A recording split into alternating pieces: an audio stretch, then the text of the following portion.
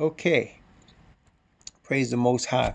Thank you, Isha, for playing that music, beautiful music, as we took a little break. Praise the Most High, Yah. So let us continue Ezekiel chapter 22. As we read the last passage before the break, one thing I read in that passage, I read from verse 8 down to verse 13. And the first thing, verse 8, notice what it says. Verse 8, thou hast despised my holy thing and has profaned my Sabbaths. Ezekiel 22, verse 8, thou hast despised my holy things and has profaned my Sabbaths. Again, we bring up the Sabbath because it was also an issue in Egypt, right? When our fathers were in Mizraim, in the land of Ham, they had stopped keeping the Sabbath. And when Moses came and started the awakening, sent from the Most High Father, sent to the Israelites with a message that they were going to be delivered, with a message to be prepared. That message included them going back to obedience to the Sabbath. And again here in Ezekiel 22, we can see that after centuries of being in the promised land, our fathers began again to stop keeping the Sabbath, to stop giving honor to the Father on the Sabbath. So we can see also a pattern here, first in Egypt, in Mizraim, and then later on, and of course today, in the days in which we live now, a pattern of, yes, the weekly Sabbath. And this is an issue I want to bring up. There is a teaching that is going around a doctrine that is going around that's teaching people that the Sabbath changes from month to month because of the new moon. It is a ridiculous doctrine. It is utterly ridiculous. And let me tell you, I found that it came from the sons of Yafet, which should tell you something. It comes from them. That's where it originates. Okay. And so don't mess around with that. The Bible says very plainly, in 6 days, Yahweh made heaven and earth. 6 days, and rested on the seventh day. And so let me explain this to you. Okay? Ready? Are y'all hearing me? Testing 1, 2, 3. Let me explain this to you. First off, let me just tell you this. There are 7 days in a week. Everybody understand that? There are 7 days in a week. I don't care what you call those days, what names you give to them. There is still 7 days in a week. Okay? All right. There's 7 days in a week. So it doesn't matter what time of year it is. It doesn't matter what year it is. It doesn't matter how you change the names of the months, how you arrange the names of the months. All that doesn't matter. There is still 7 days in a week. Everybody got that? Testing 1, 2, 3. So it doesn't matter what kind of calendar we use. We can use the Gregorian calendar. We can use whatever they call as a Hebrew calendar. We can use whatever calendar you want to use. There's still 7 days in a week. Okay? That was set in motion by the Father. It will never change. That was set in motion by the Father. It will never change. 7 days in the week. Not 8, not 6, 7. Always 7. And what he said, because he created the earth and man in 6 literal days, he said that every seventh day is a Sabbath. Every seventh day it doesn't matter what time of year it is. It doesn't matter what month it is. It doesn't matter what season it is. Every seventh day is a Sabbath. Ak is absolutely right. No matter what calendar there is, there are still only 4 seasons. Correct? Testing 1, 2. Everybody got that? No matter what calendar it is, there's still 4 seasons. There's still 7 days. Now, you can change the numbers in the months. You can change the months. You can change all kind of stuff. But you're not going to change the fact that there's spring, summer, autumn, and winter. You're not going to change that. There's spring, summer, autumn, and winter. And each of them lasts 3 months. And you're not going to change that. No matter what you do. Okay? Everybody understand? So because of that, The Father set in motion a 7-day week, and it's never going to change. It's never going to change. All of these things about the monthly changing by the day of the new moons and the change because we're in a pagan calendar as opposed to a Hebrew calendar. All of that is designed for you to be confused, for you to be deceived, and for you to stop keeping the Sabbath. That's what it's designed for. Testing. What everybody hear me? Because the Sabbath stopped being kept by our fathers in Mizraim. It stopped being kept by our fathers in the land. And as we've been scattered here as slaves, we weren't keeping no Sabbath. They were giving us Sunday. They gave us Sunday off. Sunday is the pagan God's day. They gave us that Sunday. Okay? Okay? But there are always 7 days. And let's take this.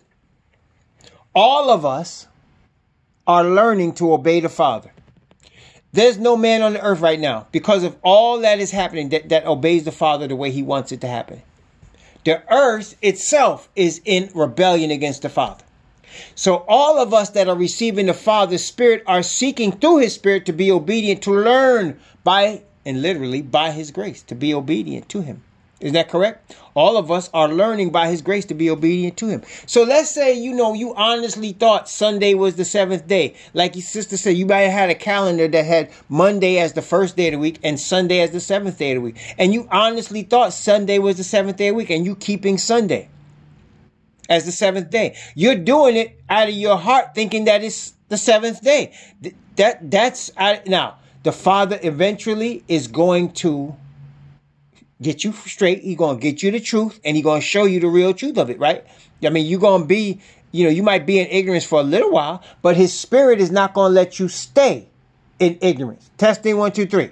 All right. See, so what I'm saying to you is, as long as we are seeking the Spirit of truth to glorify the Father, I keep coming back to that, to have his Spirit take over us, to have all our sin removed from us through the Messiah's power of the blood of the Messiah, to have the witness of the Father's rightness upon us, he will always, 100% of the time, guide you into all truth.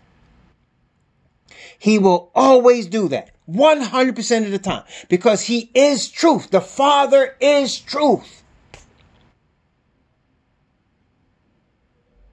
And so he will not allow you to be deceived for long. So there's people that are out here trying to tell you there's a changing Sabbath, and it changes, and the seasons change, and the new moons changes it. Brothers and sisters, 7 days a week. I don't care when the new moon is.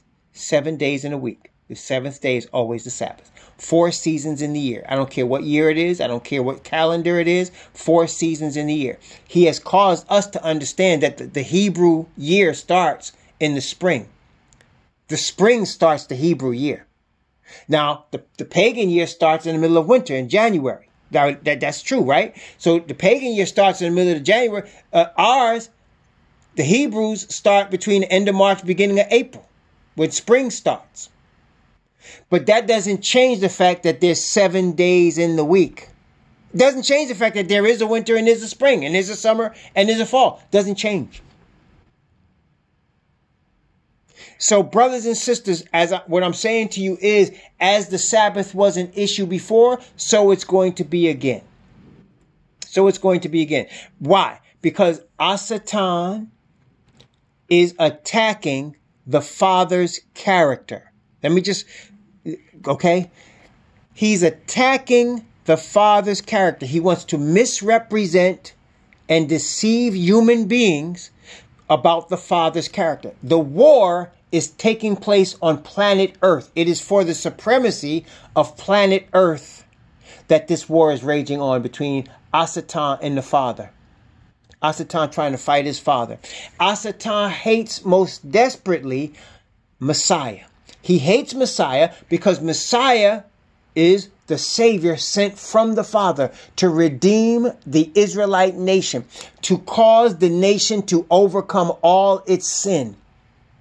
So, and of course, as we said, the Messiah is called the Word made flesh. Why? Because he came to perfectly represent the Father's word in the flesh. He came to perfectly represent, and the Father's word is his bond.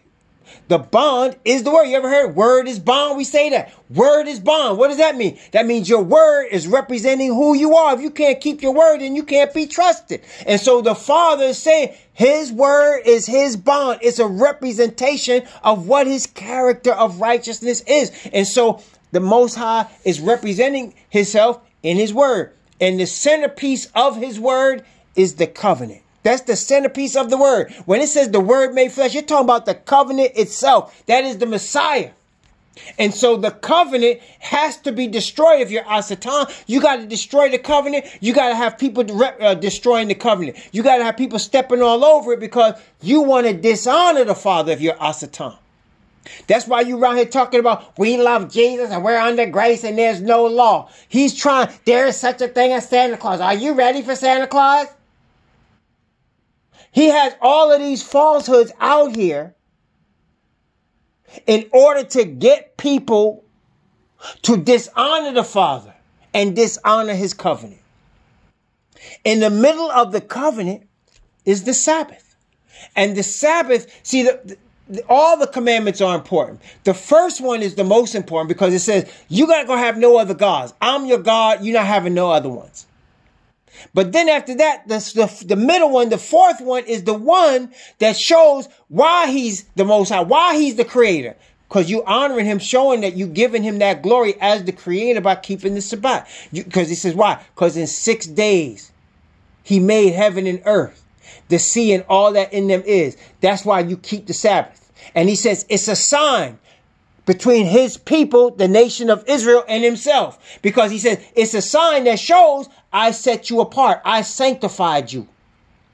I set you apart because you are giving me honor as your creator. Everybody follow me? So, again, the sign of apostasy is us being brought away from the Sabbath and us being brought away from the covenant. That is why in the book of, and we come back to the book of Revelation again, Revelation chapter 14, there's a reference to the Sabbath in Revelation 14 that most people do not see. See, unless you're an Israelite, you're not going to see it. The heathen are not going to see it. Because the book of Revelation is written for the nation of Israel. It's written for the redeemed Israelite people and for them to teach the earth. And in Revelation 14, there's a reference to the Sabbath that most people just skip right over. But notice what it says in Revelation chapter 14, verses 6 and 7. That's why I say the message of Revelation 14, these three angels, is the same message as Revelation chapter 18. And both of them are given by the 144,000. It's the same message. Revelation 14, 6 and 7, notice what it says. And I saw another angel fly in the midst of heaven, having the everlasting gospel to preach unto them that dwell on the earth, and to every nation and kindred and tongue and people, saying with a loud voice, fear Yahweh. Watch this. Fear Yahweh and give glory to him, for the hour of his judgment is come, and worship him that made heaven and earth and the sea and the fountains of waters. Notice it says, worship the one that made all these things. Give him the honor. How you do that? Obedience. Obedience to the covenant. And specifically in this particular case, you're giving him the honor as the one that made heaven and earth, the sea and the fountains of waters by obedience to the Sabbath. Does that make sense? Testing 1, 2, 3. Are you following me? So you're giving him the honor and the glory. You're saying, yes, you're my God. You're my creator. You're the only creator. And I'm going to honor you because you asked me to by keeping your covenant and being obedient to this Sabbath. Okay? That's it. That's it. See? So that's why, brothers and sisters, you know, now you have denominations, Christian denominations out here saying they're keeping the Sabbath, right? But let me ask you a question. Testing. I want to make sure you catch this. Now, this is important. Now, testing 1, 2, 3. I got to make sure you catch this. Listen very carefully. Okay? Watch. If I make up a religion, right? I make up a religion. And in my religion, I do everything opposite of the covenant. Except this. Except this. I never steal from anybody. I never steal anything from anybody. So in other words, I worship all kind of other gods. I don't take the name of the different gods in vain.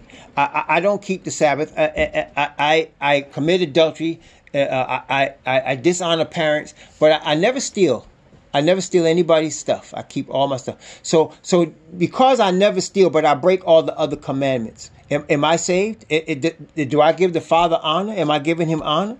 Of course not. Of course not. This is the same situation with all the Christian churches that claim to be keeping the Sabbath. They're breaking all the other commandments and they're claiming to keeping the Sabbath. And they're actually breaking the Sabbath too. They think they're keeping it, but they're not really. They're just keeping Saturday. They're keeping Mass on Saturday. You understand? That's all they're doing. They're holding Mass like the Catholic Church. They're holding Mass on Saturday. That's not keeping the Sabbath. No, keeping the Sabbath means you're giving the Father his honor. There's no other gods. There's no other gods. There's no denomination. There's no man-made religious organization that you worshiping. You honoring his name. You know his name. You're not worshiping any man, any woman, any statue, any cross. Okay? You're following all. You're loving your neighbor as yourself because of the Spirit of the Father. You're giving him the honor, the glory, and the praise. And you're keeping the Sabbath. Now, I totally understand there's situations and circumstances on the earth. We are in Babylon, after all. We are in Babylon. Let's make no mistake. We're in Babylon. We're in Babylon, right? And in Babylon, there's these Federal Reserve notes that you got to pay things with. You got to pay your rent with. You got to pay your light bill, your mortgage. You got to get your food with these Federal Reserve notes. And in Babylon, sometimes they make you work on the Sabbath. They don't care. It's like Pharaoh. You better get out there and get them bricks. You better get out there and make them bricks, boy. You better get out there and pick that cotton. I don't care. There ain't no Sabbath. I don't care. Right? And so there's some of us that are caught up in that. We haven't gotten to the experience or the courage or whatever, or the Spirit hasn't developed in us where we can come to our boss, come to our job and says, listen, I'm an Israelite. I cannot work on Saturday. You know what I'm saying? And let me break this down for you. Listen to me carefully, brothers and sisters. Listen there. If you go to your boss and you say, I'm an Israelite and I want to keep the Sabbath for the Most High, and he tells you or she tells you, no, I'm going to fire you. If you don't come to work on Saturday, I'm firing you. Okay? You have a choice now. You've made known your position. And your boss is saying, I'm going to fire you. You have a choice to make. You can decide, I'm going to leave this job and try to find another. Or you can decide to work on Saturday because you need the job. I don't think you're wrong either way, to be honest with you, because you're kind of placed in a situation like that. You've made your request known to your boss. You said, I'm an Israelite and I keep the Sabbath. I would even tempt. I would say, you know what? I'm not going to come in this Saturday. And then he said, if you do it again, now you got a choice to make, right? But you've made your position known. This is your religion. This is your God. Now, at that point, I have done this, and I've never had somebody fire me because of it. I've never had anybody fire me because of it. I've done this. Okay? I don't bring it up in the interview unless they bring it up. If they say, well, Saturdays are required, and I say, well, no, I can't really work Saturdays, then I'll bring it up. If on the application they ask you what days you work and you say Monday to Friday, and you put Monday to Friday, and then once you start working, they say, oh, we need you to work on a Saturday, that's when you bring it up. That's happened to me. I had a job, and I applied, and they asked me on the application, what times and days are you available? I don't know if y'all ever seen that. What times and days are you available? I put Monday to Friday, 9 to 5. I put that on the application. And so I had the interview. Lady loved me for the job, hired me that day for the job, and I started working. And maybe the second week in the job, she's like, I scheduled you for Saturday. I said, Saturday? I said, I don't work Saturdays. Well, why not? I said, I'm a Sabbath keeper. I keep the Sabbath, the seventh-day Sabbath. She said, well, you knew when you took this job you had to work Saturdays. I said, no, that's not true. I said, the application asked me what days I'm available. And I said Monday through Friday. It didn't say anything about Saturday. If you'd have mentioned that, I would have told you. I said, but it didn't say anything. She said, well, I'm going to have to call human resources. She said, this is not going to work out. You're not going to be able to stay here. I said, well, you know what? You can call who you need to call, but I'm not coming in on Saturday. I said, I'm not doing that. So she called human resources, and sure enough, I was right. They asked, see, if the application said the job requires Saturdays and I checked it and then I came in and said I wasn't going to work Saturdays, I'll be wrong. I'll be wrong in that scenario. Right. And that's the thing. I'm like, okay, I know myself, right? When I've hired many people, I've fired people. I've been a supervisor. When somebody applies for a job, I'm going to look at the application, right? I mean, that makes sense, right? And if the job requires you to work on X day, whatever, say, well, we need you to come in every other Sunday, it should say that on the application. It should say that.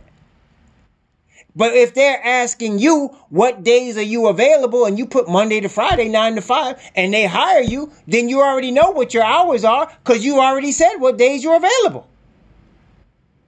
So the woman get mad at me. She said, this is not going to work. I'm calling you research. I said, call who you want. And honestly, I didn't know if they were going to fire me or what, but I didn't care because it's like, you know what? I'm doing what I believe is right. So then she came back a couple of days and she was mad. And she said, oh, this is crazy. You're going to have to try to transfer to another job. I don't know where you're going to go because nobody doesn't work on Saturday. So I said, okay. And I started looking in the internal, the company internal job postings to see what was available. And within a week, like I had to be walking in Washington, D.C. and I noticed something that I hadn't noticed before. See, I was in Virginia with this job. I was a personal banker at this bank in Virginia, and I went walking through Washington, D.C., and I noticed that all the banks were closed on Saturday. And I noticed that every bank in D.C. was closed on Saturday. And I didn't understand. I said, wow, I hadn't noticed that because now I'm looking at the hours on the windows, and I'm not sure what I'm gonna do because on the windows in Virginia they did have Saturday hours, but in Washington D.C. none of them had Saturday hours. So then I asked somebody, I said, how come all the banks are closed? She said, oh, in Washington D.C. they can't open on Saturday. They only open 5 days a week. I said, really? So I started applying to jobs in Washington, D.C. And within a couple of days, I was getting the phone was ringing off the hook. People were calling me. I got an interview. And within a week after she told me that, I had another job. And I told her, I said, I got another job. Where? At a branch in D.C. She said, what about Saturday? I said, no, I'm not, I have to work Saturday. She said, what? I said, none of the branches in D.C. are open on Saturday. And she couldn't believe it. And I ended up moving to that branch. I ended up becoming a branch manager. My branch ended up becoming the #1 branch in the whole DC, right? This is a true story. And then after that, what ended up happening after that, one day, my area manager came to me and he said, look, there's a branch that's really slow. And it's not in DC. It's in Virginia. He said, I want you to take that branch because you can bring the branch up. I know you could do it. And I said, I don't work on Saturday. He said, if you go back to this branch, you will not work on Saturday. He said, you'll never do it. He said, even though the branch is open Saturday, you will never work. I said, okay. Guess what branch it was? It was the same one that woman was telling me. It was the exact same one. And I went back to that one. And that one became #1. It became #1 within 2 quarters. It was #1 in the whole area. Just like, because the Most High blessed it. But see, that's the only time that I had that kind of situation. I don't know. It's like if I was in a situation and I didn't know what I know, I don't know. I might, I'll tell her. But then she said, you're going to be fired if you don't come in, or if human resources met me and said, you're going to be fired, and I have my rent due and I got to pay my bills and I'm probably work. I don't know. I can't say what I would do. You understand? But I've never had that situation because every time I came and said I can't work Saturdays, they said, okay. I think the hardest part was getting the gumption up to say I'm an Israelite and I don't work Saturdays. Then the boss on this job I'm at right now, he said, we're going to get busy. We're going to have to do weekends. And I said, well, I said, I don't mind weekends. I said, as long as it's not Saturday. He said, because of your faith, right? He said, I understand. And I didn't have to say anything. He said, because of your faith? I said, yeah. He said, okay, you could. You would never work Saturday. Never. I said, okay, this is the owner of the company. So I'm trying to say to you, it's really about you stepping up and saying, you know what? I can't work Saturday. Why? I'm an Israelite. And I keep the Sabbath. And then let's see what happens after that. You understand? Let's see what happens after that. You understand? But you got to step up and do that. You got to step up and say it. Now, there's some jobs that gotta work Saturday. Like, if you're working in the ambulance and you gotta work Saturday, you think somebody is not getting hit by a car on the Sabbath? You think somebody's not gonna have a heart attack on the Sabbath? That, you know what I mean? If you want to save somebody's life now, or you working in a hospital caring for elderly people, they need care on the Sabbath just like any other day. So you might have to work, right? Or if it's middle of winter and the power goes out and you work for the power company, you better get out there. If my lights are off, I expect you to be out there putting my lights on. You understand? You hear what I'm saying? If my heat, my electric, and my lights are off and it's cold outside, I expect you to be out there. I don't care what day it is. Put them wires up. Put my lights back on. You understand? You see what I'm saying? So there's certain situations where people's lives are at stake, or something is going to come off if you don't do it, that you got to do it. That's a different scenario. But you got to look at it scenario by scenario. Like, my daughter works in retail. My daughter works in retail in some store, and they, you know, retail, they open every day. And so she told her boss, "Oh no, I can't work on Saturday." And the boss, okay, so they started off as a job that was only for the holidays, and they kept her on after they let go of everybody else. They kept her on because you see what happened, brothers and sisters. She said, "I can't work Saturday." Okay, she'll come in Saturday night, you know, after the sunset. She'll come in and close the store for them, but she's not working during the day, not for Sabbath. You see what I'm saying? So, and that's what I told my bosses. If you need me to come in Saturday night, I'll come in midnight. I'll come in 10 in the evening, whatever you need. I'm just not, you know, from Friday night to Saturday night, no work. That's not doing that. That's the Sabbath.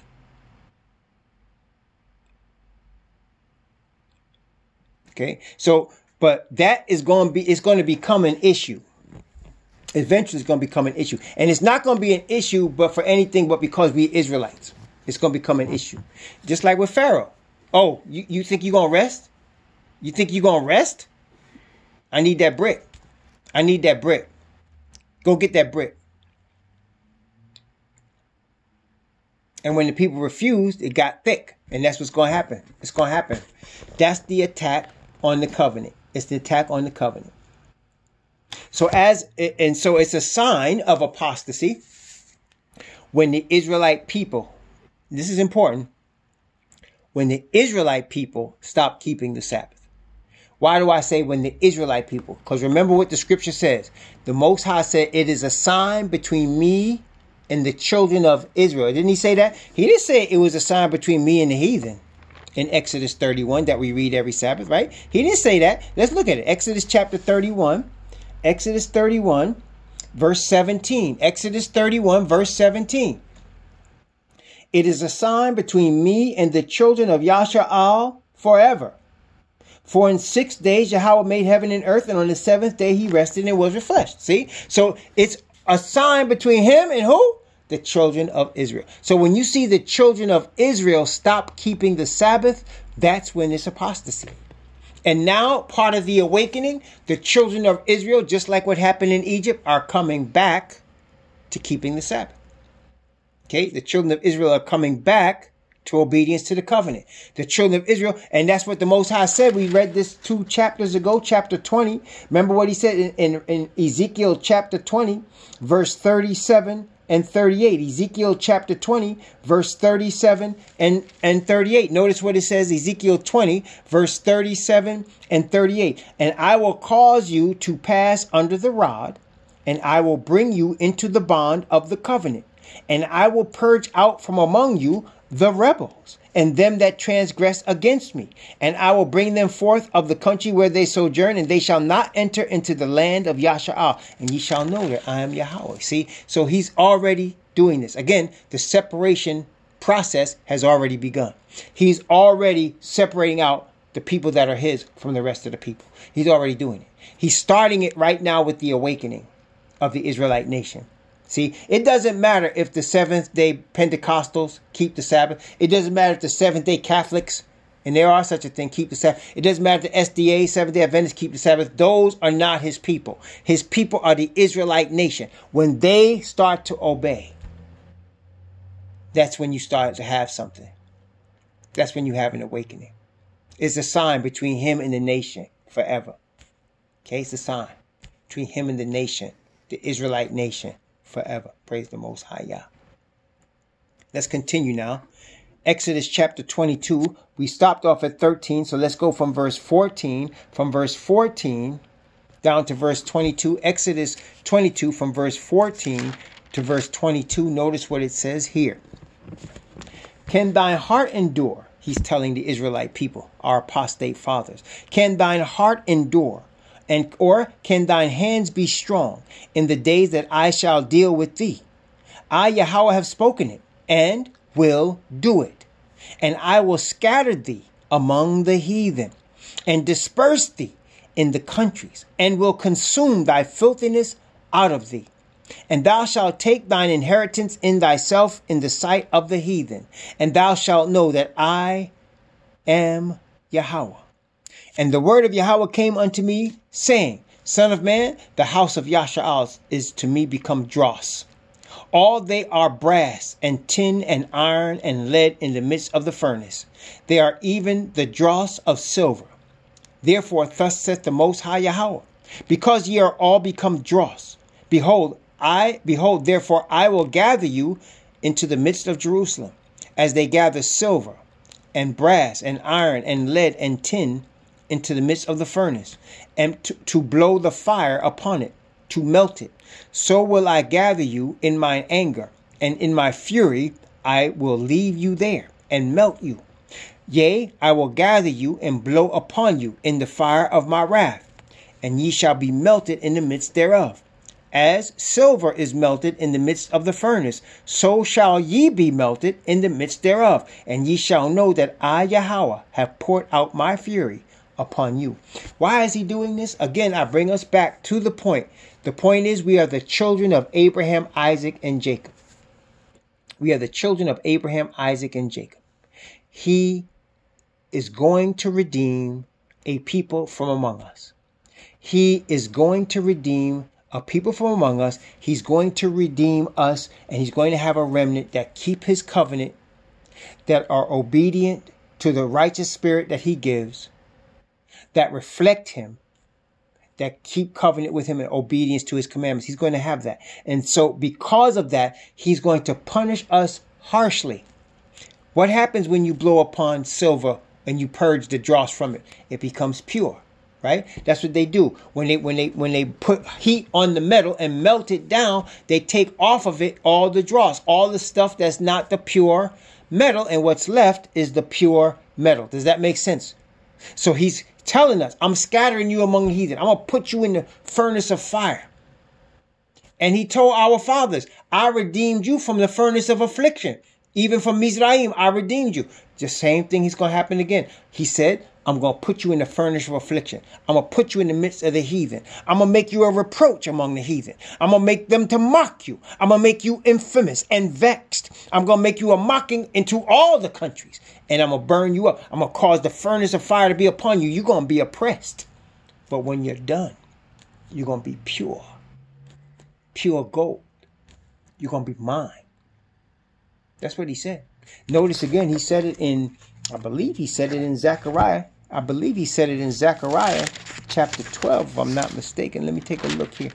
Yeah, Zechariah chapter 12. Chapter 13, excuse me. Zechariah chapter 13. Notice what it says. Zechariah chapter 13. Pay attention, Isha. Zechariah 13, 8 and 9. Zechariah chapter 13, verses 8 and 9. Zechariah 13, 8 and 9. And it shall come to pass that in all the land, saith Yahweh, 2 parts therein shall be cut off and die. But the third shall be left therein. And I will bring the third part through the fire, and will refine them as silver is refined, and will try them as gold is tried. They shall call on my name, and I will hear them. I will say, it is my people, and they shall say, Yahweh is my most high. See, so brothers and sisters, we are all being placed and have been placed, and our fathers have been placed in the fire. Okay, fathers have been placed in the fire, and he did it to bring out pure gold. He doesn't want us appealing to the government for help. He doesn't want us appealing to worldly enterprises and churches for help. He wants us appealing to him. He wants us to come unto him in the bond of his word, the bond of the covenant. He said, I will bring you into the bond of the covenant. That is his word, the bond of his word. His word is the bond. Praise the Most High. Yeah. So he's trying to bring us into that. He did it to our fathers. He's doing it to us today in order to bring out a pure people. Praise the Most High. Yeah. Let's continue. Ezekiel chapter 22, Ezekiel chapter 22, from verse 23 down to verse 27. Ezekiel 22 from verse 23 to verse 27. Notice what it says. And the word of Yahweh came unto me, saying, Son of man, say unto her, Thou art the land that is not cleansed, nor rained upon in the day of indignation. There is a conspiracy of her prophets in the midst thereof, like a roaring lion ravening the prey. They have devoured souls. They have taken the treasure and precious things. They have made her many widows in the midst thereof. Her priests have violated my law and have profaned my holy things. They have put no difference between the holy and profane. Neither have showed difference between the unclean and the clean, and have hid their eyes from my Sabbaths, and I am profaned among them. Her princes in the midst thereof are like wolves, ravening the prey, to shed blood and to destroy souls, to get dishonest gain. This is the second time in this chapter that he's mentioning the getting of dishonest gain. What is dishonest gain? Very simple, really, what dishonest gain is. Are you ready? You know what dishonest gain is? That's getting money that you have not earned. That's dishonest gain. Getting money that you have not earned. Very simple, right? That's very simple, isn't it? So any money that you're trying to get that you have not earned is dishonest gain. Let me give you a stark example that many people try to do very hard and they get themselves in trouble to get. Gambling is dishonest gain. Gambling is dishonest gain. What are you doing? You're taking some money and you're putting it out in order to get, you're not investing it, you're putting it at risk in order to get more that you didn't earn. Does that make sense? See, it's a little different when you actually invest money. When you put money in the bank, it's like investment. Why? Because you put money in a bank, that money is used to lend to somebody so them to buy something, build something, do something. So it's an investment and they're promising you some sort of interest based on you giving that money to them. That's an investment, right? So you go into the bank, you put money in a bank account. The bank don't let it just sit in an account. The bank takes that money and they lend it. They lend it to people to make more money. And they promise you certain interest off what they're getting. That's an investment. You're getting your money back. You're getting some interest. But when you go to a gambling casino, you're putting down a sum of money and you're betting on something that's a chance. You don't know what's going to happen. You have no idea if it's going to happen. You're chancing it. And you're trying to do it so that you can get back multiplied more without having worked for it. Just by putting it on the right number, in the right situation, on the right team. That's dishonest gain. And it destroys souls. People get hooked on gambling, don't they? Do people get hooked on gambling? Do people get hooked on gambling to the point where they lose everything and everybody that they love? Yes. It's because it destroys souls. That's the proof of it. It destroys souls. That's the fruits right there. The fruits tell you the dishonest gain is because it says right there in the word to destroy souls to get dishonest gain. To destroy souls. Let me ask you this. Do people get killed over gambling?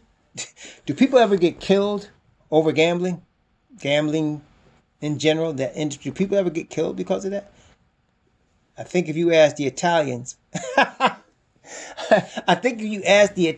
the answer would be yes.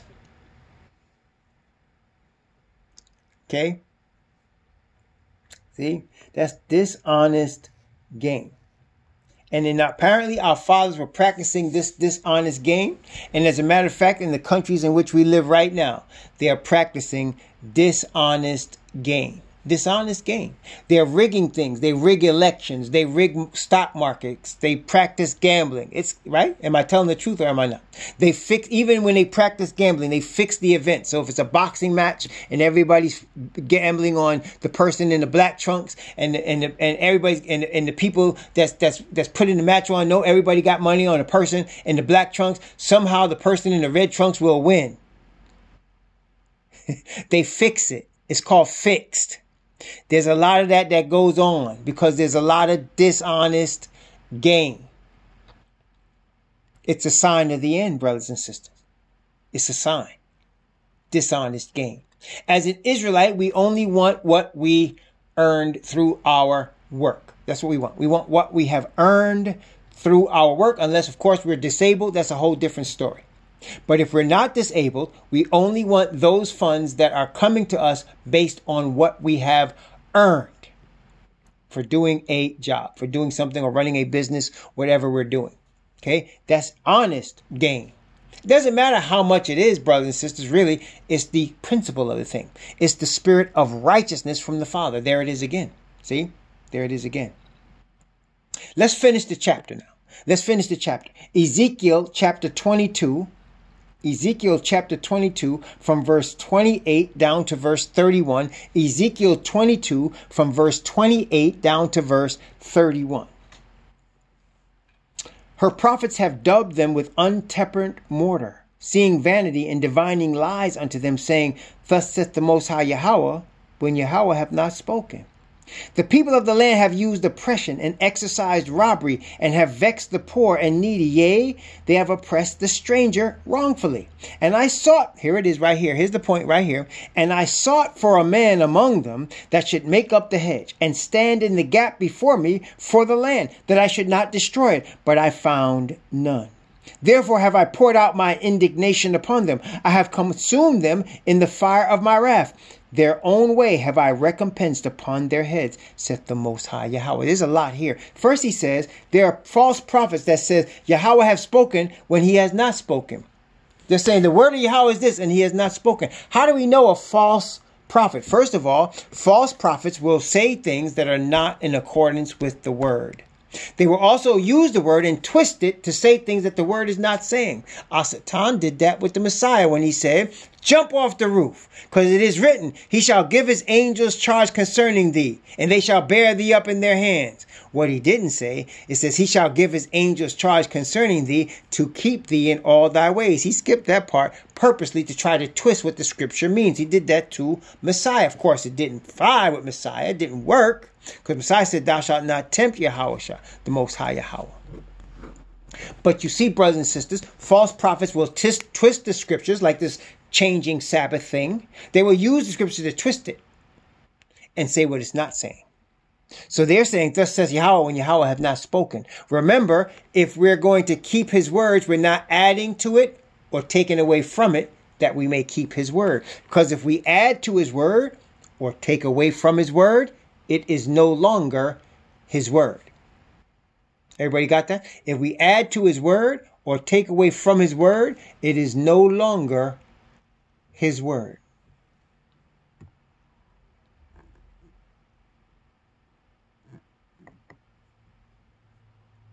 Does that make sense? Testing 1, 2, 3. Okay. So that was going on with our fathers, and it's going on now. And when he talks about dub with untempered mortar, again, let's bring back what he's talking about here, because this was earlier in the chapter as well. You remember what the Messiah said.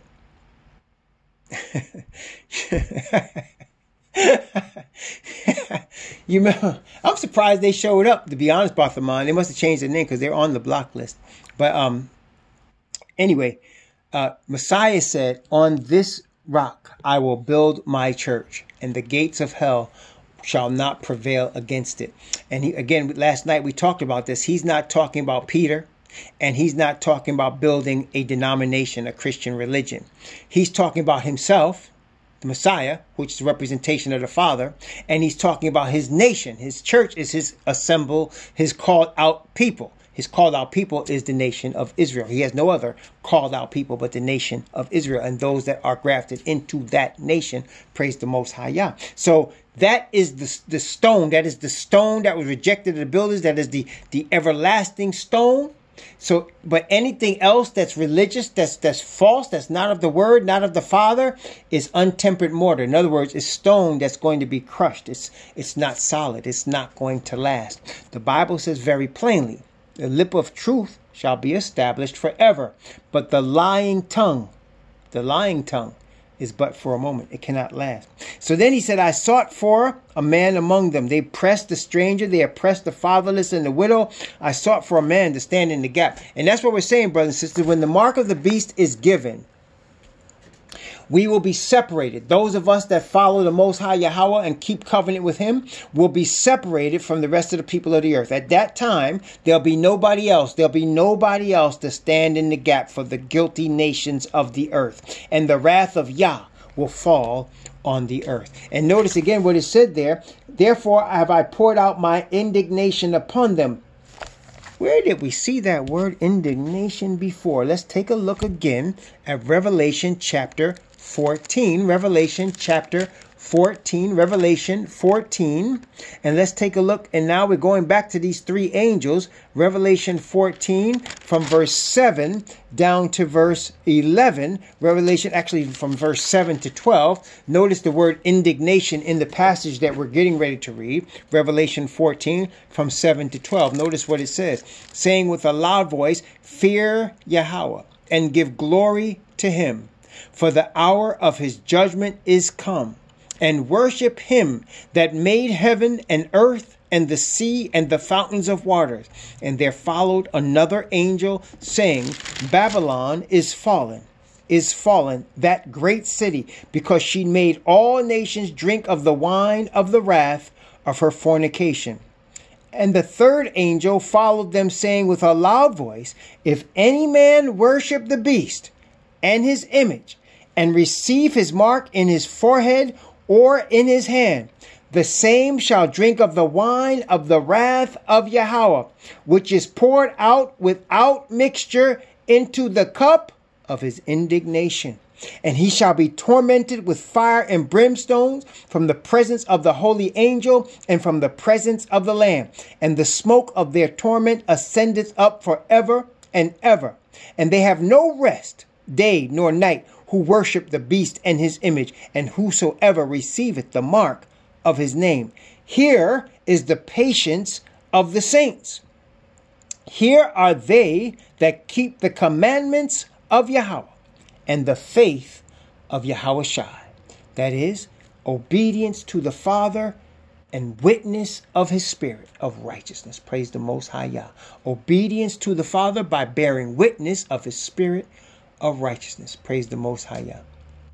Okay, so praise the Most High. So now we can see here that the same thing happens when the 144,000 give their message, their final warning message, and the people of the earth are brought to a situation where they must make a decision to obey the commandments, to obey the covenant of Yah, to follow his people, the Israelite nation, into the kingdom or not, to keep this kingdom and this earth and the way things are here.